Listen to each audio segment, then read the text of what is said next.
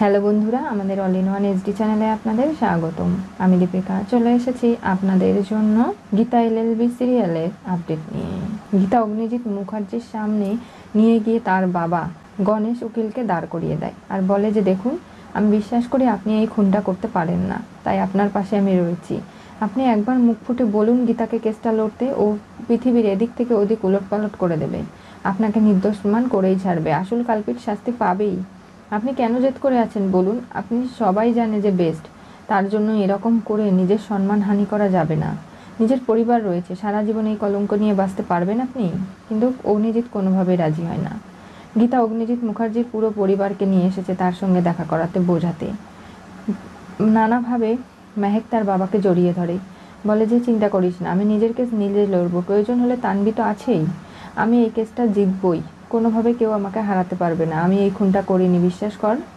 আমরা জানি, তবে শহরের বেস্ট লয়ারের সঙ্গে আমরা কথা বলেছি, সেই উকিল হয়ে তোমার কেসটা লড়বে, কিন্তু সেটার জন্য তো একটা এথিক্সের প্রয়োজন, যেটা শুধুমাত্র গীতার আছে। ওই কিরণকান্তি ব্যানার্জি ভজনকে গীতা খুব ভালোভাবে হাড়ে হাড়ে চেনে, কিন্তু অন্য কেউ সেটা চিনবে না, তাই মনে হয় গীতারই এই কেসটা লড়া উচিত। না, আমি ওর কাছ থেকে কোনো সাহায্য সহযোগিতা নেব না। দাদা, এটা এখন ইগোর লড়াই নয়, পরিবারের সম্মানের লড়াই, কেন বুঝতে পারছো না?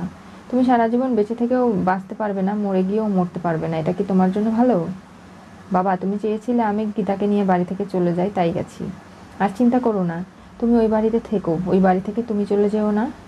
দেখো, তোমার জন্য আমাদের সবারই শুভকামনা রইল।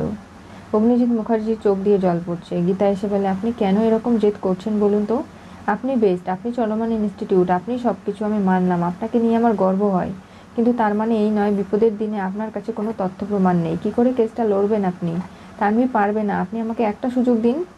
অগ্নিজিৎ মুখার্জি পুলিশের সঙ্গে বেরিয়ে যায়। বাইরে খারাপ খারাপ স্লোগান চলছে, যেগুলো ভজন মিত্তির এবং কিরণকান্তি ব্যানার্জি পাঠানোর লোকজনেরাই করছে, অগ্নিজিৎ মুখার্জিকে বদনাম করতে, কারো সামনে যেন কখনো মুখ দেখাতে না পারে। পুলিশ ব্যারিকেড দিয়ে অগ্নিজিৎকে নিয়ে যাওয়া হয় কোর্টে। সেখানে ভজন নানাভাবে অ্যালিগেশন দিতে শুরু করে, কোনোভাবেই তানভি পারছে না। তখনই গীতা দাঁড়ায় সওয়াল জবাব করার জন্য, কিন্তু সেইখানেই অগ্নিজিৎ মুখার্জি গীতাকে থামিয়ে দেয়। কি হতে চলেছে গীতা এলএলবি সিরিয়ালের পরবর্তী টুইস্টে? গীতা অগ্নিজিতের চোখের জল মুছিয়ে সপরিবারের সঙ্গে পরিবারের সকলের সাথে দেখা করালো। আজকে যেভাবে গীতা এই কেসটা নিয়ে লড়াই করতে চাইছে, অগ্নিজিৎ মুখার্জি কোনোভাবে মেনে নিতে পারছে না। এরপরে আদৌ কি গীতা পারবে অগ্নিজিৎকে নির্দোষ প্রমাণ করতে? জানতে চোখ রাখতে হবে আমাদের চ্যানেলে। পাশে থাকা বেল আইকনটি অবশ্যই করে ক্লিক করুন।